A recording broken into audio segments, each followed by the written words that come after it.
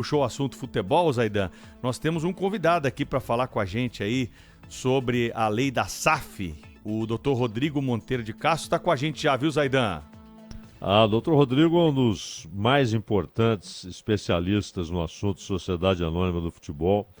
E o que eu acho muito legal é que ele compartilha esse conhecimento, inclusive agora com o lançamento do livro Mercado do Futebol e a Lei da SAF, dia 9 de maio, hein? Tá chegando, 9 de maio, às 6 da tarde, na Livraria da Travessa, no Shopping Iguatemi, em São Paulo, ali na Faria Lima, todo mundo conhece o Shopping Iguatemi, na Livraria da Travessa, dia 9 de maio, 6 da tarde, o Mercado do Futebol e a Lei da SAF, o livro do Dr. Rodrigo, que, olha, tem inclusive, eu estava vendo aqui, entre os prefaciadores, nosso amigo Paulo Vinícius Coelho, hein? PVC é um dos prefaciadores desse livro. Dr. Rodrigo, bom dia. Bom dia, Zaidan. Bom dia, Pedro Campos. Bom um dia. prazer falar com vocês. Dr. Rodrigo, eu tenho certeza que isso, em alguma medida, é abordado também no livro.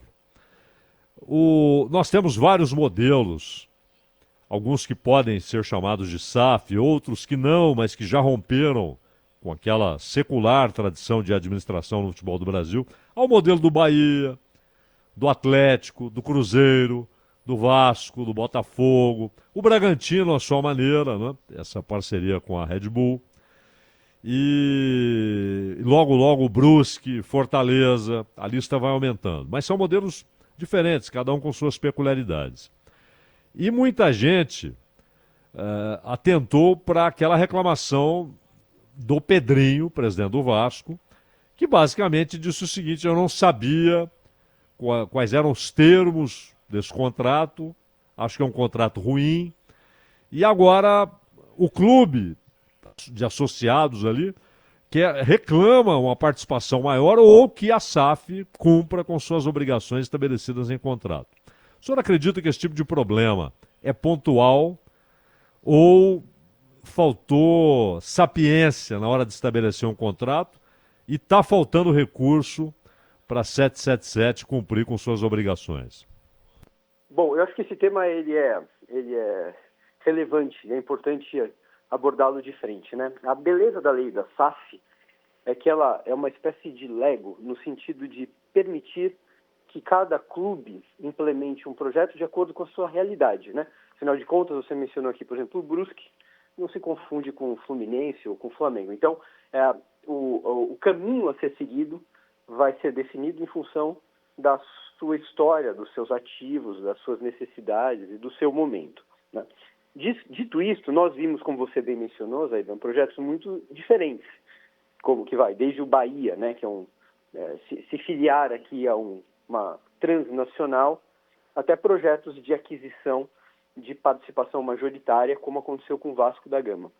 No caso do Vasco da Gama, houve uma negociação, houve uma contratação e uma definição de termos da relação, como ocorre, por exemplo, entre um investidor que adquire uma empresa que produz parafuso ou que produz conteúdo jornalístico, qualquer tipo de atividade está sujeita e passa por estes movimentos, não é? O contrato ele pode ser bem ou pode ser mal redigido conforme as perspectivas. Isso vai depender de quem é chamado para assessorar. De todo modo, o que eu vejo aqui no Vasco? Primeiro, foi feita uma negociação. Eu não vou fazer um juízo de valor, tá? Mas foi feita uma negociação que passou pelos trâmites formais e estatutários. Naquele momento, os associados entenderam que o negócio era um bom negócio e fecharam conforme certas condições. E uma delas era de que o poder, né, de administrar a atividade do futebol, da SAF, seria do investidor. E o Vasco, se não me engano, ele reteve 30% com certas posições, certos cargos e certos vetos. O Vasco tinha, naquele momento, um poder gigantesco de inverter ou reverter certas pretensões do investidor, que era: não faça o negócio dessa forma. Não fez. E ele foi celebrado. Então, o contrato é válido. Então, eu acho que, para responder objetivamente a sua pergunta, se houver descumprimentos por parte do investidor, é evidente que o Vasco deve exigir, deve procurar os seus meios e executar aquilo que foi programado, né? Por outro lado, se a pretensão do Pedrinho é rever algo que está pactuado, aí ele vai encontrar dificuldades, porque afinal de contas ele se candidata para presidir um clube que ele sabe que não é mais o organizador do futebol, e sim um acionista de uma SAF. Agora, um comentário importante, e nós já falamos isso aqui algumas vezes na Band. Nós passamos por uma primeira onda, Zaidan, que foi a onda dos desesperados, e que fizeram negócios que, se pudessem, se tivessem tido mais tempo, talvez tivessem orientado ou concluído de modo diferente. Eu não estou falando que os negócios foram ruins, só estou dizendo que seriam diferentes. Cruzeiro, Vasco, Botafogo, etc. Não é? Depois veio a onda, e é a onda que nós estamos vivendo hoje, daqueles que podem organizar melhor as suas vidas, né? E, portanto, deverão fazer negócios mais estruturados e negócios que possam, né, ter no momento da sua conclusão, os clubes possam impor situações que lá atrás não podiam. Não podemos esquecer. O Vasco estava numa situação calamitosa, o Cruzeiro não pagava a conta de luz, o Botafogo não tinha bola para jogar. Então, esses investidores, de algum modo, puderam colocar os times de volta num cenário do futebol brasileiro e até para poder questionar se a coisa funciona ou não. O próprio Ronaldo teve uma renegociação com o Cruzeiro lá atrás. Então, é isso. Eu acho que é uma questão de cumprimento de contrato. Tem que se olhar o contrato, saber se 77 está cumprindo ou não. Se não tiver, o Vasco tem que ir atrás dos seus direitos. Por outro lado, o Vasco tem que respeitar o que contratou. Senão, a gente volta para uma selva, né? Doutor Rodrigo, bom dia, o Pedro. Eu queria saber do senhor o seguinte: a lei da SAF no Brasil é boa? Porque há um movimento para aprimorar e há uma expectativa de votação até em maio já de rascunhos aí que, de alguma forma, modificam aquilo que está em vigência hoje, justamente com a alegação de se preservar os investidores. Qual é a tua avaliação sobre isso? A sua pergunta é ótima, Pedro, e os números acho que ajudam a responder. Em 2 anos e meio, pouco mais de 2 anos e meio, temos aproximadamente 65 SAFs. Esta reação não ocorreu em nenhum lugar do planeta. E mais do que isso, nós temos perfis de investidores nacionais e internacionais de todos os calibres, coisa que também não aconteceu em nenhum país do mundo. A lei da SAF, ela viabilizou a ressignificação da forma de organizar o futebol no Brasil. Dito isto, o projeto de lei que foi apresentado em 2019 pelo presidente do Congresso, Rodrigo Pacheco, passou, e tem que passar, ainda bem, porque senão viveríamos numa ditadura, por um processo legislativo. E no processo legislativo, grupos de interesse, o que também é absolutamente legítimo, promoveram certas emendas e algumas passaram, né?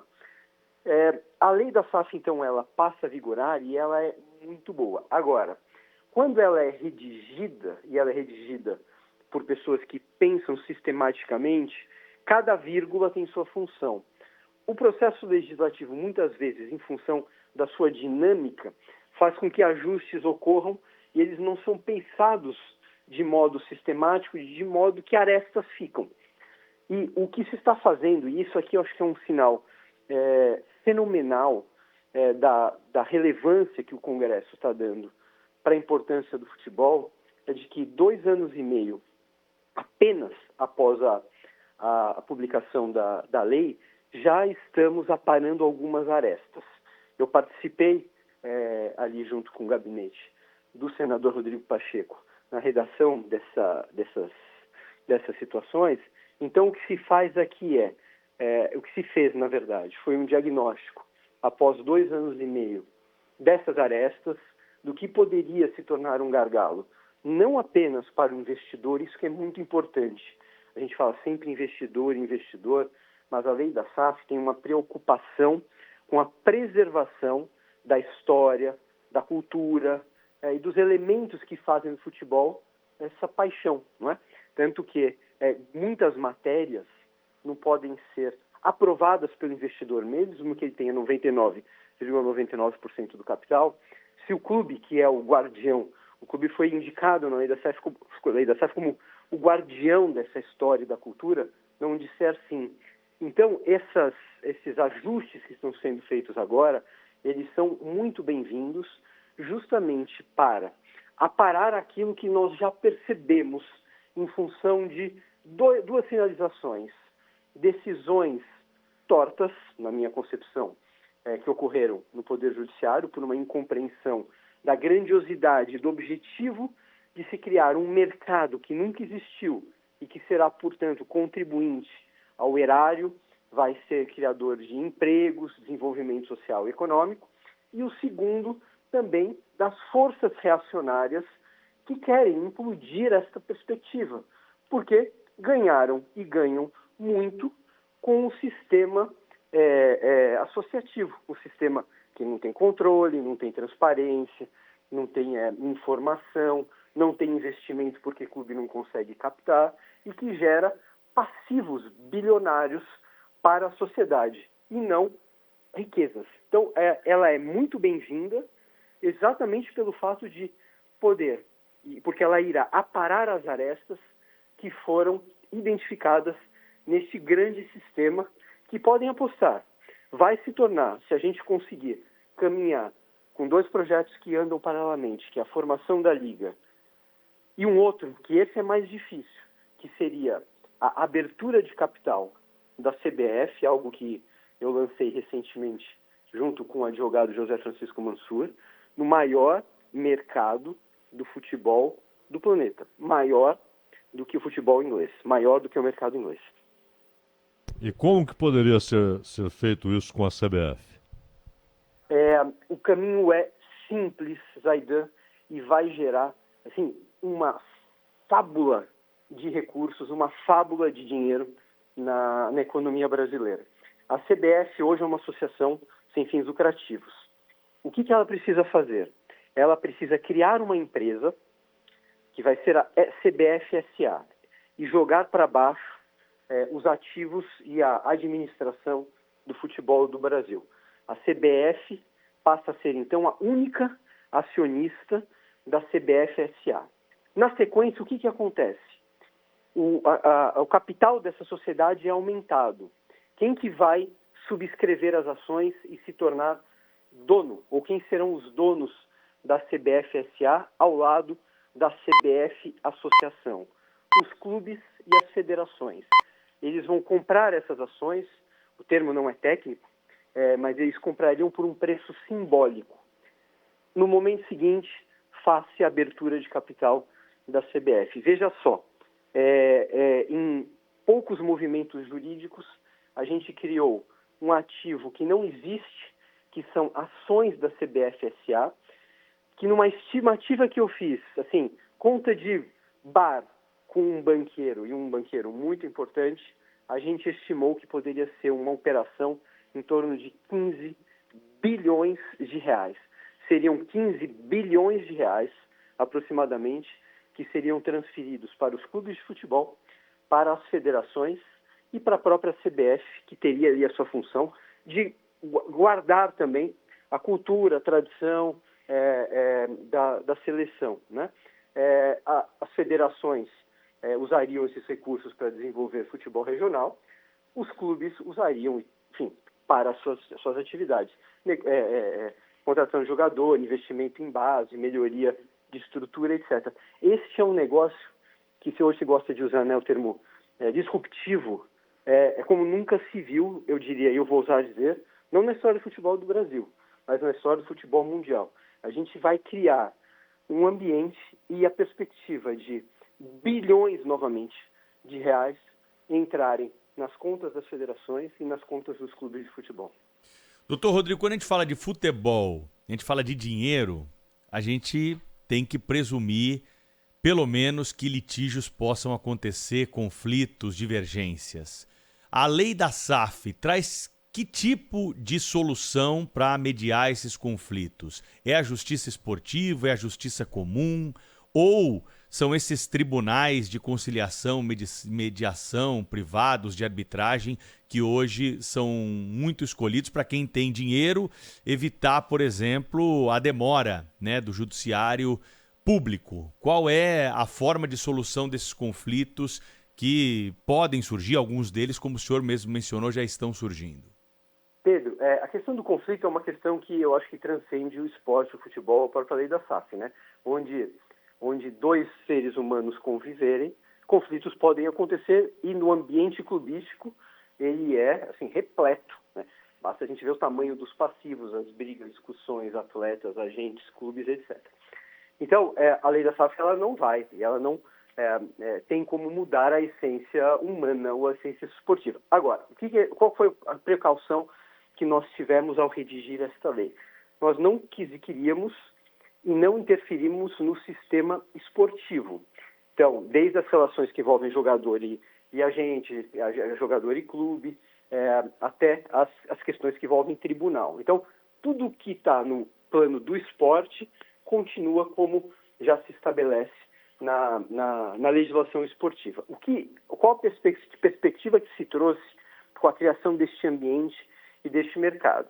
É a criação de relações que não são esportivas entre, por exemplo, o Vasco e um investidor, que essas relações elas não se resolverão no plano esportivo, no plano civil. E aí há duas possibilidades. Uma é a justiça comum, que, por exemplo, como a gente está falando de matéria de direito empresarial, em São Paulo, a gente tem uma justiça empresarial verticalizada com juízes e desembargadores especializados em direito empresarial, e a justiça é altamente sofisticada, altamente qualificada e responde rapidamente às demandas dos empresários. E há uma alternativa que costuma ser avaliada e muitas vezes implementada, e salvo engano, no caso do Vasco, é assim, e se houver um litígio será assim, que é a arbitragem. É um sistema privado de solução de conflitos, em que as partes escolhem árbitros, geralmente cada parte escolhe um árbitro, esses dois árbitros vão escolher um terceiro, se forma um tribunal arbitral, e este tribunal, que é organizado por uma câmara também privada de natureza arbitral, vai promover todo este processo para entender o caso e devolver uma decisão. Isto ocorre com muitíssima frequência no ambiente dos negócios e já ele é testado e certificado, né? Eu acho que no Vasco, repetindo, um eventual litígio deve se resolver no âmbito da arbitragem. O doutor Rodrigo, eu sou torcedor do Santos, o Pedro Campos é corintiano, a Maria Eugênia Cotaiti, que está produzindo aqui o Gente, é São Paulina, o Marcelo Mamone, que está lá na Central, é palmeirense. E então está todo mundo representado aqui.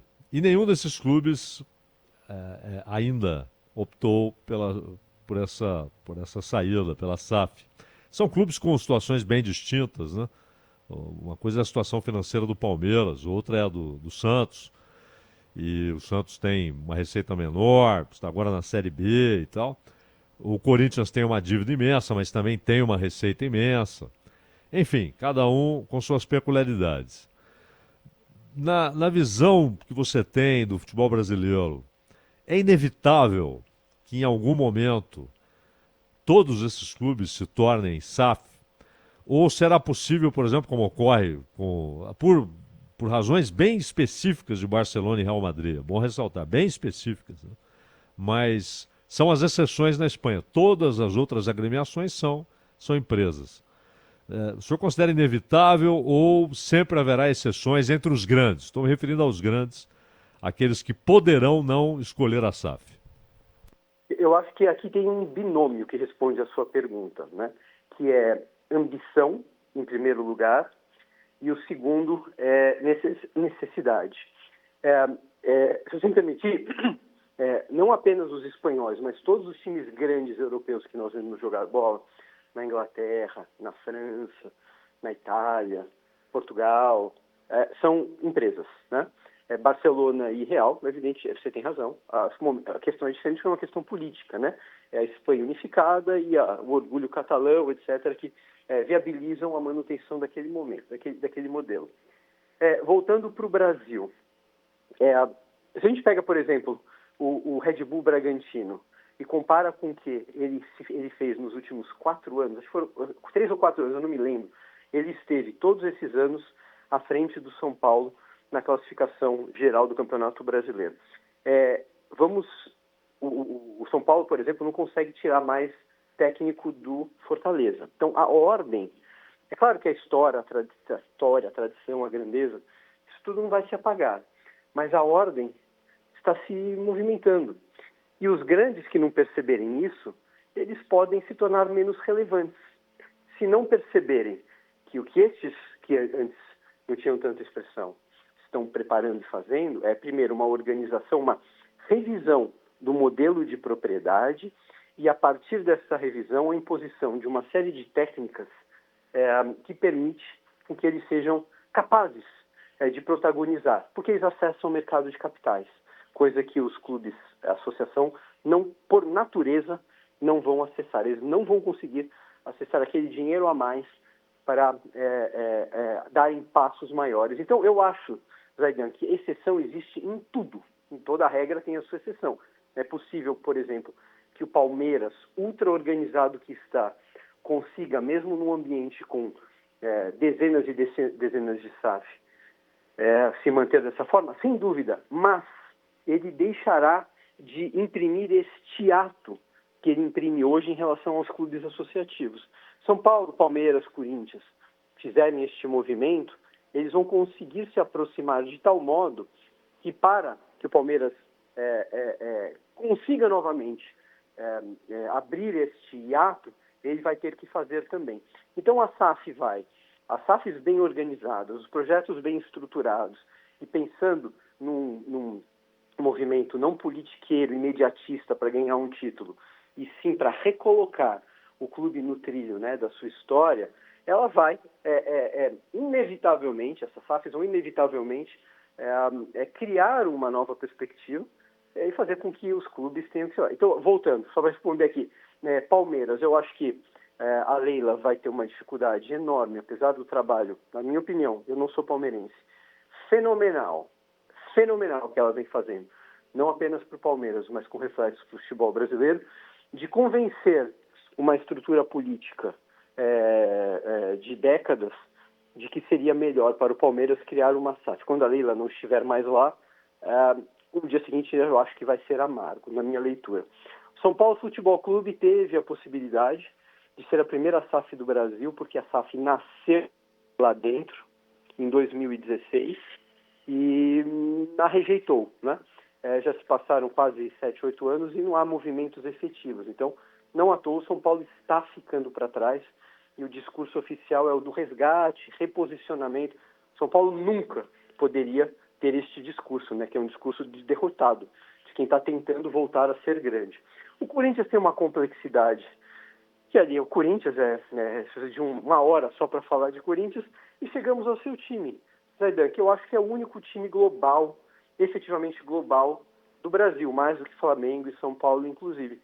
O Santos, e eu acho que o presidente Marcelo pega uma situação complicadíssima, ele vai ter um tempo ali para organizá-la, e se ele daqui o ano que vem começar a pensar em SAF, eu acho que ele pode botar o Santos de novo no plano mundial, porque as perspectivas que envolvem aquele time são magníficas.